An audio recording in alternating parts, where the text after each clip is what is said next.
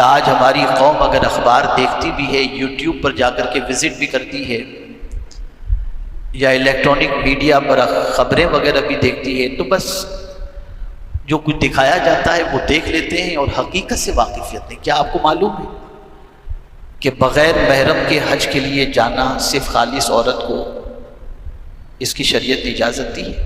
نہیں دی نا۔ آپ کو شاید معلوم نہ ہو، 4000 سے زائد ہندوستانی عورتیں بغیر محرم کے حج کے لیے جانے والی ہیں، جن میں سے پہلی فلائٹ صرف عورتوں کی یہ ابھی 3 دن پہلے ہندوستان سے روانہ یا 2 دن پہلے روانہ ہوئی، جس میں ایک بھی محرم نہیں، ساری عورتیں اکیلے الون۔ اور ہماری قوم لگی ہے گٹکھا کھانے میں، ہماری قوم لگی ہوئی ہے گناہوں کے اندر، کوئی احساس نہیں ہے، کوئی فکر نہیں ہے، کیا سے کیا ہو رہا ہے، ذہن بدلا جا رہا ہے، سوچ بدلی جا رہی ہے، فکر بدلی جا رہی ہے۔ اور یہاں تک کہ میں آپ کو ایک واقعہ بتاؤں، جس دن میں لندن پہنچا اسی رات کی بات ہے، کچھ احباب ملنے کے لیے آئے، ان میں سے ایک صاحب نے مجھ سے کہا یہ میرا 4 سال کا بیٹا جو ہے، جو میرے گھر پر ہے،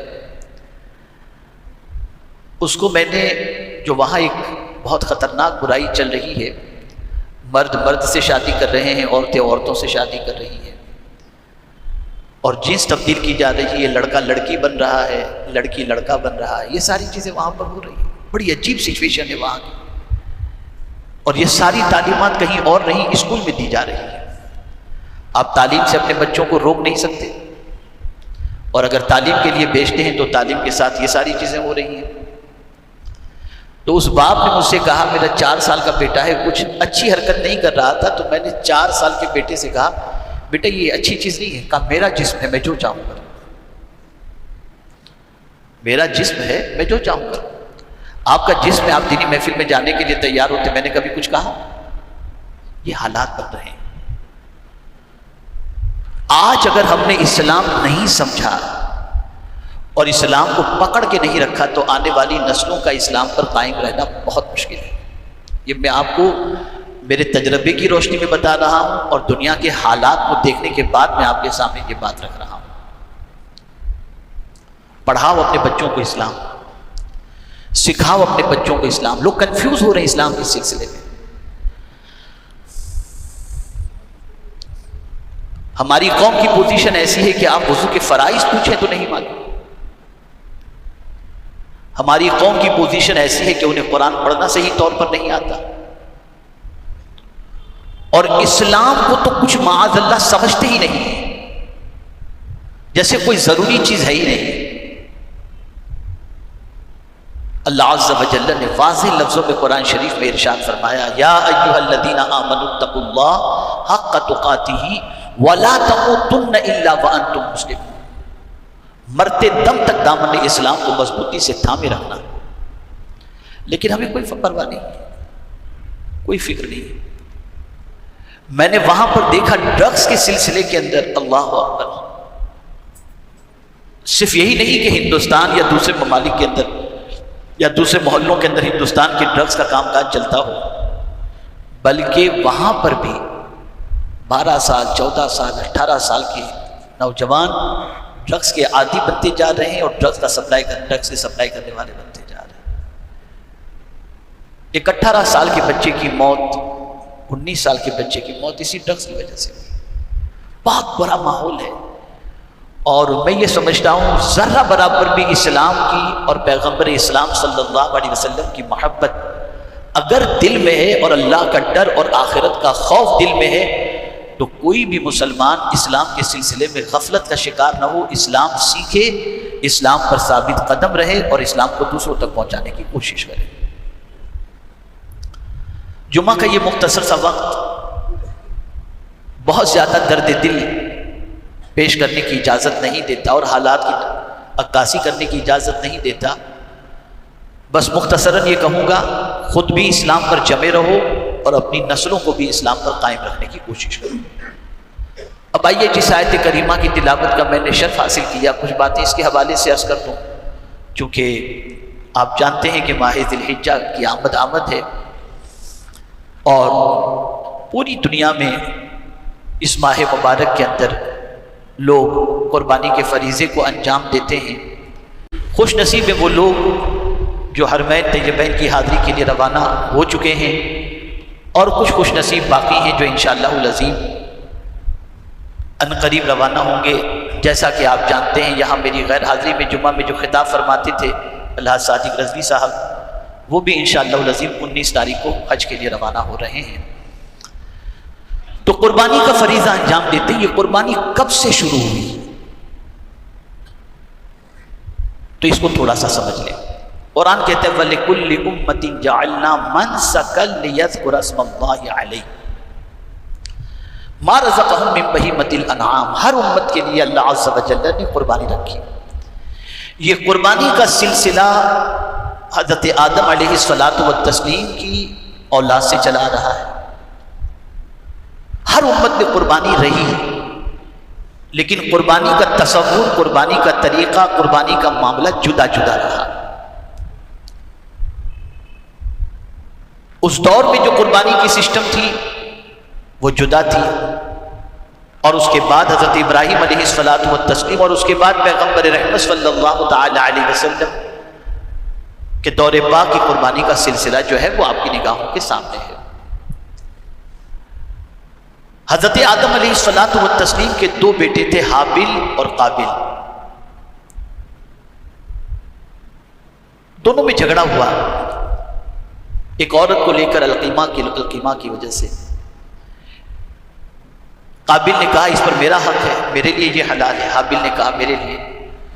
تو اب اس زمانے میں حق کو ثابت کرنے کے لیے کہ کون صحیح ہے کون صحیح نہیں، اس کے لیے قربانی دی جاتی۔ اور قربانی کے لیے کیا کیا جاتا کہ جو قربانی دی جاتی اس قربانی کو ایک پہاڑ پر رکھ دیا جاتا۔ دونوں قربانی دیتے، دونوں کی قربانی پہاڑ پر رکھی جاتی، اور قربانی کی قبولیت کی دلیل یہ ہوتی کہ آسمان سے بغیر دھوئیں والی ایک سفید آگ آتی جس کی قربانی کو جلا ڈالتی، گویا اس کی قربانی قبول ہے، اور جس کی قربانی نہ جلتی تھی گویا اس کی قربانی رد ہے۔ یہ تفسیر کے اندر ہے، میں کوئی قصہ کہانی نہیں سنا رہا ہوں۔ تو جب دونوں نے قربانی پیش کی تو ایک کی قربانی کو اللہ نے قبول فرمایا، یعنی سفید آگ آسمان سے آئی اور آ کر کے اس قربانی کو جلا دی۔ اس سے واضح ہو گیا کہ یہ قربانی اس کی قبول ہو گئی۔ اب جس کی نہیں جلایا اس کے دل کے اندر حابل کے لیے نفرت اور عداوت پیدا ہوئی، اور اس کے بعد قابل نے حابل کو قتل کر دیا۔ تو اس زمانے میں قربانی کی قبولیت کی ایک علامت تھی، اور وہ علامت یہ تھی کہ آسمان سے آگ آتی اور جلا دیتی، گویا قربانی قبول ہو گئی۔ لیکن اللہ نے امت مصطفیٰ صلی اللہ علیہ وسلم پر کرم فرما دیا کہ اس کی قربانی قبول ہے یا نہیں یہ اللہ کسی پر ظاہر نہیں کرتا، وہ جانے، اس کا کرم جانے، جس کی چاہے وہ قربانی قبول فرما دے۔ لیکن اللہ نے عیب چھپائے رکھا۔ پھر وہ قربانی جو ہوتی اس میں آگ جلا جاتی، قربانی کا گوشت لوگ نہ کھایا کرتے، لیکن اللہ نے اس امت پر کرم فرمایا، خود ہی قربانی کرو اور خود قربانی کے گوشت کو کھا کر اللہ کا شکر بھی ادا کرو۔ یہ اس امت پر اللہ کے رسول صلی اللہ علیہ وسلم کے صدقہ و طفیل اللہ نے بڑا کرم فرمایا۔ یہ بات اچھی طریقے سے ذہن کے اندر محفوظ کر لیں کہ اگر کوئی شخص اس نیت سے قربانی کرے کہ میں تو مزے سے قربانی کے پائے کھاؤں گا، کلیجی کھاؤں گا، گوشت کھاؤں گا، آج یہ بناؤں گا کل یہ بناؤں گا، اس نیت سے قربانی کرے، اس کی قربانی قابل قبول نہیں۔ قربانی کے لیے ضروری ہے کہ وہ اس نیت سے قربانی کرے کہ اس قربانی کے ذریعے وہ اللہ کا قرب حاصل کرے گا، اللہ کو راضی کرے گا، اللہ کے تقرب کی نیت ہو تو اللہ تعالیٰ اس کی قربانی کو قبول فرماتا ہے۔ میرے پیارے آقا صلی اللہ تعالی علیہ وسلم کے پیارے دیوانوں، آقا کریم رؤوف الرحیم علیہ التحیۃ والتسلیم سے پوچھا گیا قربانیاں کیا ہے؟ قربانی نہیں پوچھا گیا، ایک تفصیل طلب موضوع ہے۔ ما هذه الاضاحی یا رسول اللہ صلی اللہ علیہ وسلم، یہ قربانیاں کیا ہیں؟ بات تو صرف جانور ذبح کرنے کی تھی، لیکن قربانیاں، قربانی کی بجائے قربانیاں، تو وجہ یہ کہ حضرت ابراہیم علیہ الصلوۃ والتسلیم نے صرف قربانی کے طور پر اپنے بیٹے کو ذبح کرنے کی آمادگی اور ذبح کرنے کے لیے تیار نہیں ہوئے تھے، بلکہ اتنی قربانیاں انہوں نے پیش کی تھی، وطن بھی چھوڑا، گھر بار بھی چھوڑا، آرام بھی چھوڑا، تکلیفیں بھی برداشت کی. تو کئی قربانیاں حضرت ابراہیم علیہ الصلوۃ والتسلیم کی زندگی پاک کے اندر نظر آتی ہے، اور حضرت ابراہیم علی نبینا علیہ الصلوۃ والتسلیم نے اپنے بیٹے کی قربانی بھی دی. اس طریقے سے حضرت ابراہیم علیہ الصلوۃ والتسلیم کی قربانیوں کے حوالے سے رسول گرامی وقار صلی اللہ علیہ وسلم نے فرمایا سنت ابیکم، حضرت ابراہیم علیہ الصلوۃ والتسلیم کی سنت ہے تمہارے باپ حضرت ابراہیم علیہ الصلوۃ والتسلیم کی سنت مبارک ہے. حضرت ابراہیم علیہ الصلوۃ والتسلیم کی ذات بہت عظیم ذات ہے.